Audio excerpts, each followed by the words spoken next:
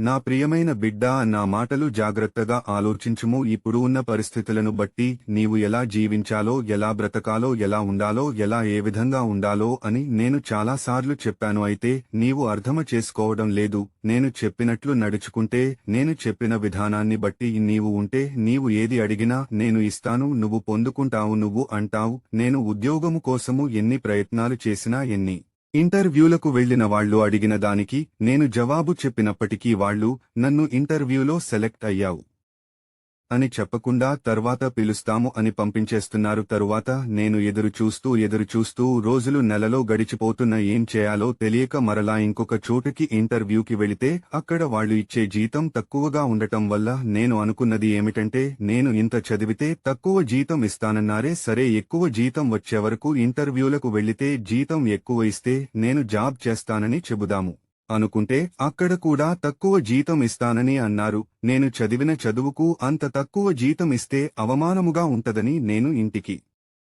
తిరిగి వచ్చి ఆలోచిస్తూ ఏమి చేయాలో తెలియక బాధపడుతూ ఉన్నాను. నాకు సహాయం చేసేవారు లేరు, నాకు సపోర్ట్ చేసేవారు లేరు, ఎలాగ ఉద్యోగము సంపాదించగలుగుదును అని ఏడుస్తూ ఉంటే ఫలితం లేదు. నీ దేవుడను, నీ ప్రభుడనైన యేసయ్యను నేను చెప్పే విధముగా నీవు ఉంటే నీకు తప్పనిసరిగా ఉద్యోగం వస్తాది. నేను మాట ఇస్తున్నాను. నీవు ఏమి చేయాలంటే జాగ్రత్తగా ఆలకించుము. నీవు ఎక్కడికి ఇంటర్వ్యూకి వెళ్లిన తక్కువ జీతం ఇస్తే అవమానమని మరల వెనుకకు తిరిగి ఇంటికి వెళ్లకుండా, ఎంత జీతం ఇచ్చినా, ఎంత తక్కువ జీతం ఇచ్చిన ముందు ఉద్యోగములో జాయిన్ అయిపో. తర్వాత నీ ఎక్స్పీరియన్స్ ను బట్టి, నీ యొక్క నడవడికను బట్టి, నీవు ఉద్యోగం చేస్తున్న అధికారులు నిన్ను చూసి, నీ వర్క్ ని చూసి, నీ యొక్క డిసిప్లైన్ చూసి నీకు జీతం పెంచుతారు. అది కాకుండా నేను పోస్ట్ గ్రాడ్యుయేషన్ చదువుకున్నాను, ఎంబీబీఎస్ చదువుకున్నాను, ఎంసీఏ చదువుకున్నాను, ఎంఎస్సీ బీఈడీ చదువుకున్నాను, బీటెక్ చదువుకున్నాను, ఎంటెక్ చదువుకున్నాను, బి ఫార్మసీ చదువుకున్నాను, ఎం ఫార్మసీ చదువుకున్నాను అని నాకు ఇచ్చే జీతం ఎంత తక్కువ